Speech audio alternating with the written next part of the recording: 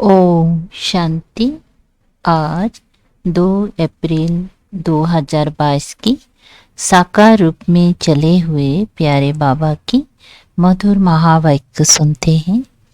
प्यारे बाबा बोले, मीठे बच्चे, मात पिता के सिजरे में आना है तो पूरा फॉलो करो, उनके समान मीठे बनो, अच्छी रीति पढ़ाई पढ़ो।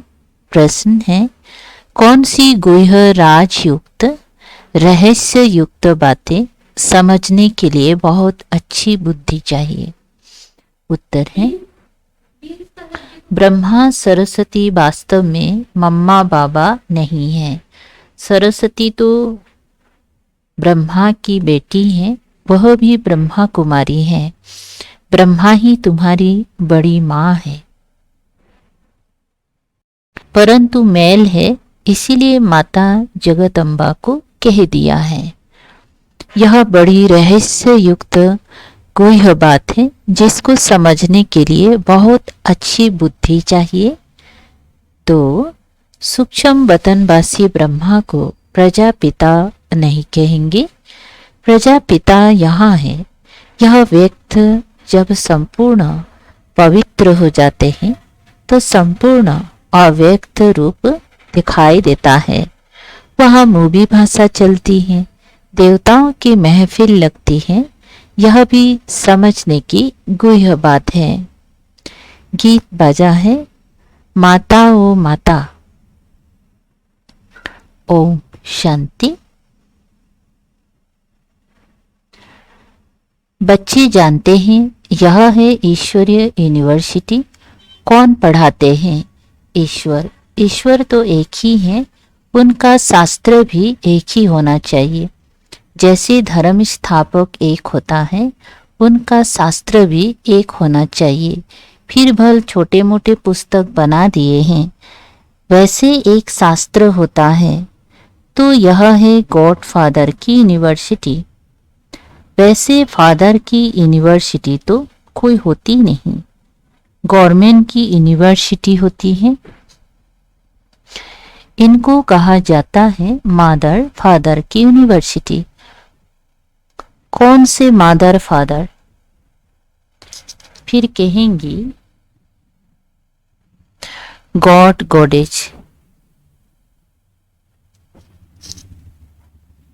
अच्छा, गाते भी हैं तो मात पिता तो जरूर पिता ही फर्स्ट हुए। भगवानवाच, भगवान बैठ पढ़ाते हैं और सब जगह मनुष्य मनुष्य को पढ़ाते हैं। यहाँ निराकार बाप तुम आत्माओं को पढ़ा रहे हैं। यह विचित्र बात, यह विचित्र बात सहज समझ नहीं सकते। ऐसे कोई भी नहीं कहेंगी कि निराकार परम पिता परमात्मा गॉड फादर हमको पढ़ाते हैं। यहाँ तुमको परम पिता परमात्मा पढ़ाते हैं। किसी की भी बुद्धि में ये बात नहीं होंगी, ना पढ़ने वालों की बुद्धि में होंगी, ना पढ़ाने वालों की बुद्धि में होंगी। यहाँ तुम जानते हो गॉड फादर हमको पढ़ाते हैं। सभी का फादर ऊंचे से ऊंचा वह एक है और कोई फादर नहीं। ब्रह्मा का भी फादर वही है। तुमको पढ़ाते भी वही हैं, ब्रह्मा नहीं पढ़ाते हैं, निराकार बाप पढ़ाते हैं। फल मनुष्य जानते हैं ब्रह्मा सरस्वती एदम और ईव हैं, परंतु उनसे भी ऊंच निराकार है। वह तो फिर भी साकार में है। तुम बच्चों को ये पता है, निराकार आकर पढ़ाते हैं। तुमको नॉलेज देने वाला वही गॉड फादर है। कहते हैं गृहस्थ व्यवहार में रहकर तुमको नॉलेज पढ़नी है। वास्तव में गृहस्थ व्यवहार में कोई पढ़ती नहीं है। मुश्किल कोई सेकंड कोर्स उठाते होंगे। यहाँ तुमको पूरा निश्चय है कि हमको निराकार परमात्मा पढ़ाते हैं। यह साकार मम्मा बाबा भी उनसे ही पढ़ते हैं। ये बड़ी गुह्य बातें हैं। जब तक बाप ना आकर समझावे तब तक कोई समझ ना सके।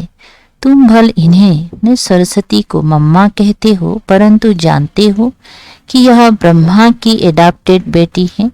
एडॉप्ट तो तुम भी हो, परंतु तुमको मम्मा नहीं कहा जाता है। यह है देवी परिवार, मम्मा, बाबा, दादा, भाई, बहन।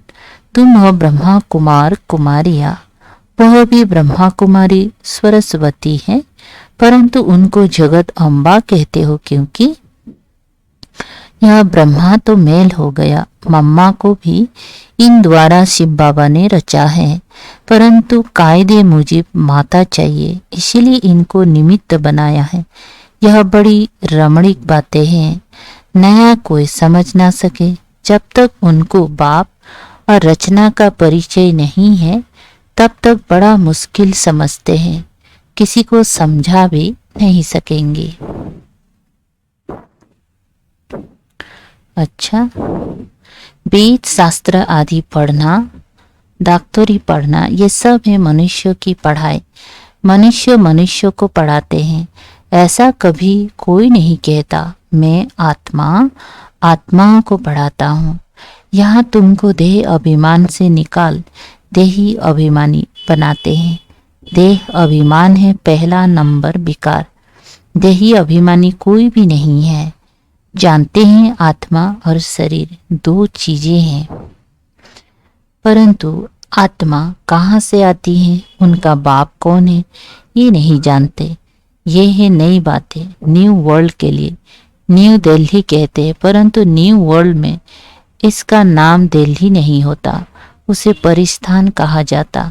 पहले पहले यह निश्चय होना चाहिए कि हम ईश्वरीय औलाद हैं। देवी औलाद और आसुरी औलाद में रात दिन का फर्क है। वह भ्रष्टाचारी, तुम हो श्रेष्ठाचारी। गाते भी हैं, हे पतित पावन आओ, आकर श्रेष्ठाचारी बनाओ। गुरु नानक ने भी कहा है, भगवान आकर मुत पलिती कपड़े धोते हैं। तुम आपे ही पूज्य, आपे ही पुजारी कैसे बनते हो, ये सब समझने के राज है। सदा पूज्य एक परम पिता परमात्मा है, उनसे पूज्य बनाया लक्ष्मी नारायण न? उसने पूज्य बनाया लक्ष्मी नारायण को। उसने भी पहले माता पिता को बनाया, मम्मा बाबा को एडॉप्ट किया। पतित को पावन बनाते हैं, आते ही हैं पतित दुनिया में पावन बनाने के लिए। इसीलिए ब्रह्मा का चित्र ऊपर में दिया है, नीचे फिर तपस्या कर रहे हैं। पतित को एडॉप्ट करते हैं। ब्रह्मा सरस्वती और बच्चों के नाम बदली होते हैं। तुम जानते हो ब्रह्मा कुमार कुमारियाँ देवी देवता बनने के लिए राजयोग सीख रहे हैं। यह है ईश्वरीय संतान अथवा सिजरा। एक बीज से यह सिजरा निकला, वो है आत्माओं का सिजरा। ये है मनुष्य का सिजरा।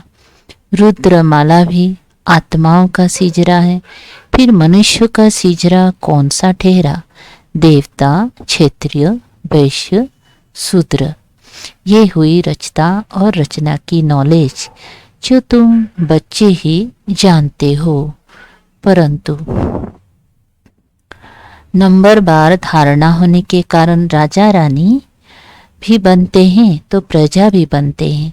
पुरुषार्थ करना चाहिए कि मम्मा बाबा को फॉलो करे, बहुत मीठा बने। मम्मा मीठी हैं, इसलिए सब याद करते हैं इस मम्मा बाबा। और तुम बच्चों को मीठा बनाने वाला शिव बाबा है। मम्मा बाबा और बच्चे जो अच्छी रीति पढ़ते हैं उनका सिजरा है, वह तो बहुत मीठे होने चाहिए। सरस्वती को बेंजू दिया है, फिर कृष्ण को मुरली दे दी है, सिर्फ नाम बदल दिया है। बाबा कहते अच्छी रीति पढ़ो। जैसा स्टूडेंट पढ़ते हैं तो उनकी बुद्धि में सारी हिस्ट्री ज्योग्राफी होती है। मोहम्मद गजनबी कब आया, कैसे लूट करके गया, मुसलमानों ने फलानी जगह लड़ाई की, इस्लामी बौद्धि जो भी आए उन्हों की हिस्ट्री सब जानते हैं। परंतु ये बेहद की हिस्ट्री ज्योग्राफी कोई नहीं जानते। नई दुनिया सो फिर पुरानी कैसे बनती है? ड्रामा कहाँ से शुरू होता है? मूल वतन, सूक्ष्म वतन, फिर स्थूल वतन, फिर यहाँ ये चक्र कैसे फिरता रहता है? ये पढ़ाई तुम बच्चे अभी पढ़ रहे हो। मूल वतन में आत्माओं का निवास स्थान है। सूक्ष्म वतन में ब्रह्मा विष्णु शंकर है। जो आत्माएं पहले पावन थी वे फिर पतित कैसे बनी, फिर पावन कैसे बनेंगे, ये सब समझाया जाता है। सूक्ष्म वतनवासी ब्रह्मा को प्रजापिता नहीं कहेंगे। प्रजापिता तो यहाँ है, तुमको साक्षात्कार होता है। जब ये व्यक्त ब्रह्मा पवित्र हो जाते हैं तो वहाँ संपूर्ण अव्यक्त रूप दिखाई देता है। जैसे सफेद लाइट का सूक्ष्म रूप होता है। वार्तालाप भी मूवी में चलती है। सूक्ष्म वतन क्या है, वहाँ कौन जा सकते हैं, यह तुम जानते हो। वहाँ मम्मा बाबा को तुम देखते हो। वहाँ देवताएं भी आते हैं, महफिल मनाते हैं, क्योंकि देवताएं पतित दुनिया में तो पांव रख नहीं सकते, इसीलिए सूक्ष्म वतन में मिलते हैं। वो हुआ पियर घर और ससुर घर वालों का मिलन, नहीं तो ब्राह्मण और देवताएं कैसे मिले। तो यह मिलने की युक्ति है। सम्मुख साक्षात्कार करना भी बुद्धि से जानना है। यह है ड्रामा की नून। जैसे मीरा को घर बैठे वैकुंठ का साक्षात्कार होता था, डांस करती थी। शुरू में तुमने भी बहुत डांस किए, क्या बोलते हैं, शुरू में तुमने भी बहुत साक्षात्कार किए ना। साक्षात्कार में लोग क्या करते हैं, कोई डांस करते हैं, कोई अपना धुन में रहते हैं ना। राजधानी कैसे चलती है, रस्म रिवाज सब कुछ बताते थे ना। उस समय तुम थोड़े थे, दूसरे सब पिछाड़ी में दिखेंगे। दुनिया वाले आपस में लड़ते झगड़ते रहेंगे और तुम साक्षात्कार करते रहेंगे। मनुष्य में तो हाय दोष मचता रहता है, किन की दबी रहेगी धूल में। इस समय तो प्रजा का प्रजा पर राज्य है, तो भी उनका पोजीशन कितना ऊंचा है, परंतु इस समय किसी का भी परमात्मा से बुद्धियोग ना होने कारण उनको पहचानते ही नहीं। कन्या जब एक बारी बालक को जान लेती है तो प्रीत जुड़ जाती है। पहचान नहीं तो प्रीत नहीं। तुम्हारे में भी नंबरवार प्रीत है। निरंतर याद की भी प्रीत चाहिए, परंतु प्रीतम को भूल जाते हैं। ये ब्रह्म न, यह बाबा तो ब्रह्मा कहते हैं, मैं भी भूल जाता हूँ। तुम बच्चों को 5000 बरस के बाद फिर यह शिक्षा मिलती है कि अपने को आत्मा समझो, परमात्मा को याद करो। इस याद से ही विक्रम भस्म होंगी। अब तो विक्रमा जीत बनना है। पहले पहले जो सतयुग में आते हैं उनको विक्रमा जीत कहेंगे। पतित को विकर्मी, पावन को सुकर्मी कहेंगे। विक्रमा जीत राज्य होता है सतयुग में, फिर विक्रम का संगत चलता है। 2500 बरस विक्रमा जीत, फिर वही विकर्मी बन जाते हैं। तुम अभी पुरुषार्थ कर रहे हो विक्रमा जीत राजाई में आने के लिए। मोहजीत राजा की बड़ी कथा है। पतित राज्य कब चलता है, पावन राज्य कब चलता है, ये सब तुम ही जानते हो। शिव बाबा पावन बनाते हैं, उनका भी चित्र है। राजा रावण पतित बनाते हैं, उनका भी चित्र है। तुम जानते हो बरोबर अब रावण राज्य है, इसीलिए यह जो सृष्टि चक्र का चित्र है इस पर लिखना पड़े भारत टुडे, भारत टुमारो। आज का भारत और कल का भारत बनना तो है ना। तुम जानते हो ये है ही मृत्युलोक। यहाँ अकाली मृत्यु होते रहते, वहाँ ऐसे नहीं होता, इसीलिए उनको अमर लोक कहा जाता है। राम राज्य सतयुग से शुरू होता है, रावण राज्य द्वापर से शुरू होता है। ये सब बातें तुम ही समझते हो। मनुष्य तो सब कुंभकर्ण की नींद में सोए हुए हैं। मैं तुम बच्चों को सब राज समझाता हूँ। तुम हो ब्रह्मा मुख वंशावली, तुमको समझाता हूँ। इसमें ये ब्रह्मा सरस्वती भी आ जाते हैं। ये है जगत अम्बा, महिमा बढ़ाने लिए इनका गायन है। बाकी वास्तव में ये बड़ी मम्मा ब्रह्मा ही है ना, परंतु शरीर पुरुष का है। यह बड़ी गुह्य बातें। जगत अम्बा की जरूर कोई मम्मा तो है ना, ब्रह्मा की बेटी तो है, परंतु सरस्वती की मम्मा कहाँ, किस द्वारा इनको रचा, तो ये ब्रह्मा हो जाते हैं बड़ी माँ। इन द्वारा बच्चे और बच्चियां रचते हैं। इन बातों को समझने में बड़ी अच्छी बुद्धि चाहिए। कुमारियां अच्छा समझती हैं, मम्मा भी कुमारी हैं।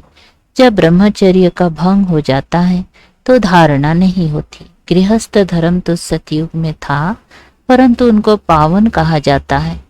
यहाँ पतित हैं, श्री कृष्ण को कितनी महिमा देते हैं। सर्वगुण संपन्न, 16 कला संपूर्ण, यहाँ तो कोई भी मनुष्य ऐसा हो नहीं सकता। वहाँ रावण राज्य ही नहीं, देह अहंकार का नाम ही नहीं रहता। वहाँ उनको ये ज्ञान है कि हम ये पुरानी देह को छोड़ दूसरी लेंगे। आत्म अभिमानी रहते हैं, यहाँ है देह अभिमानी। अभी तुमको सिखलाया जाता है अपने को आत्मा समझो। तुम्हें यह पुराना शरीर छोड़ वापिस जाना है, फिर नया शरीर नई दुनिया में लेंगे, समझा? अच्छा, मीठे मीठे सिकलधे बच्चों प्रति माता पिता बाप दादा का याद प्यार और गुड मॉर्निंग। रूहानी बाप की रूहानी बच्चों को नमस्ते। हम रूहानी बच्चों के रूहानी बाप दादा को याद प्यार, गुड मॉर्निंग और नमस्ते नमस्ते। शुक्रिया बाबा, थैंक यू बाबा। धारणा के लिए सार है 1 नंबर, निरंतर याद में रहने के लिए दिल की प्रीत एक बाप से रखनी है। प्रीतम को कभी भी भूलना नहीं है। नंबर 2, विकर्माजीत राजाई में जाने के लिए मोहजीत बनना है। सुकर्म करने हैं, कोई भी विकर्म नहीं करना है। वरदान है, अपनी सूक्ष्म चेकिंग द्वारा पापों के बोझ को समाप्त करने वाले समान और संपन्न भव। यदि विस्तार, यदि कोई भी असत्य व व्यर्थ बात देखी सुनी और उसे वायुमंडल में फैलाए, सुनकर दिल में समाया नहीं, तो यह व्यर्थ बातों का फैलाव करना, यह भी पाप का अंश है। ये छोटे छोटे पाप उड़ती कला के अनुभव को समाप्त कर देते हैं। ऐसे समाचार सुनने वालों पर भी पाप और सुनाने वालों पर भी उससे ज्यादा पाप चढ़ता है। इसीलिए अपनी सूक्ष्म चेकिंग कर ऐसे पापों के बोझ को समाप्त करो, तब बाप समान व संपन्न बन सकेंगे। स्लोगन, बहानेबाजी को मर्ज कर दो तो बेहद की बैराग वृत्ति इमर्ज हो जाएंगी। अच्छा, मोहजित राजा की कथा। एक बार एक राजकुमार अपने कोई सैनिकों के साथ शिकार पर गया। वह बहुत अच्छा शिकारी था। शिकार के पीछे वो इतना दूर निकल गया कि सारे सिपाही पीछे छूट गया। अकेले पड़ने का एहसास होते ही वो रुक गया। उसे प्यास भी लग रही थी। उसे पास में ही एक कुटिया दिखाई दी। वहां एक संत ध्यान मग्न होकर बैठे थे। राजकुमार ने संत के पास जाकर पानी मांगा। संत ने राजकुमार का परिचय पूछा। राजकुमार ने संत से कहा कि वो एक राजा का लड़का है जिसने मोह को जीत लिया है। संत बोला, असंभव, एक राजा और मोह पर विजयी? यहाँ मैं एक सन्यासी हूँ, तब भी मोह को जीत नहीं पा रही हूँ, और तुम कहते हो कि तुम्हारे पिताजी एक राजा हैं और मोह को जीत चुके। राजकुमार ने कहा, ना केवल मेरे पिता, जो केवल की सारी प्रजा ने भी मोह को जीत रखा है। संतों को इसका विश्वास नहीं हुआ तो राजकुमार ने कहा, आप चाहे तो इस बात की परीक्षा ले लो।